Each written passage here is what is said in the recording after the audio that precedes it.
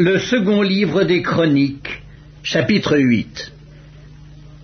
Au bout de 20 ans, pendant lesquels Salomon bâtit la maison de l'Éternel et sa propre maison, il reconstruisit les villes que lui donna Huram et y établit des enfants d'Israël. Salomon marcha contre Hamath vers Tsoa et s'en empara. Il bâtit Tadmor au désert et toutes les villes servant de magasins en Hamath. Il bâtit Beth-Horon, la haute, et Beth-Horon, la basse, ville forte, ayant des murs, et des portes, et des barres.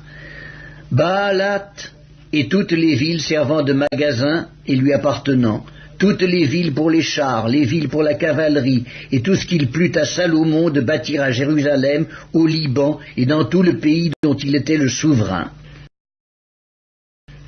Tout le peuple qui était resté des Hétiens, des Amoréens, des Phéréziens, des Éviens et des Jébusiens, ne faisant point partie d'Israël, leurs descendants qui étaient restés après eux dans le pays et que les enfants d'Israël n'avaient pas détruits, Salomon les leva comme gens de corvée, ce qu'ils ont été jusqu'à ce jour. Salomon n'employa comme esclaves pour ses travaux aucun des enfants d'Israël, car ils étaient des hommes de guerre, ses chefs, ses officiers, les commandants de ses chars et de sa cavalerie. Les chefs placés par le roi Salomon à la tête du peuple et chargés de le surveiller étaient au nombre de 250. Salomon fit monter la fille de Pharaon de la cité de David dans la maison qu'il lui avait bâtie, car il dit: ma femme n'habitera pas dans la maison de David, roi d'Israël, parce que les lieux où est entrée l'arche de l'Éternel sont saints.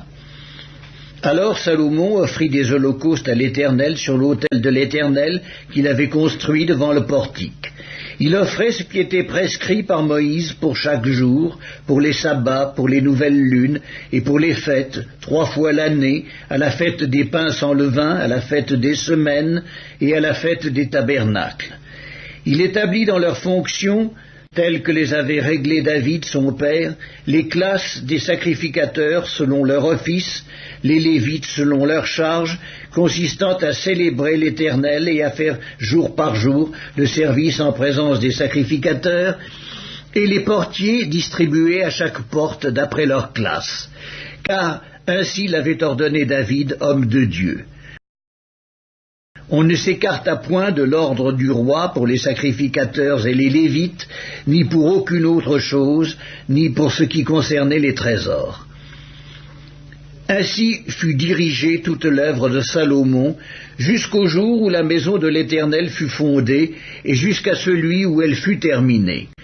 La maison de l'Éternel fut donc achevée. Salomon partit alors pour Etzjon-Guéber et pour Élot, sur les bords de la mer, dans le pays d'Édom. Et Huram lui envoya par ses serviteurs des navires et des serviteurs connaissant la mer.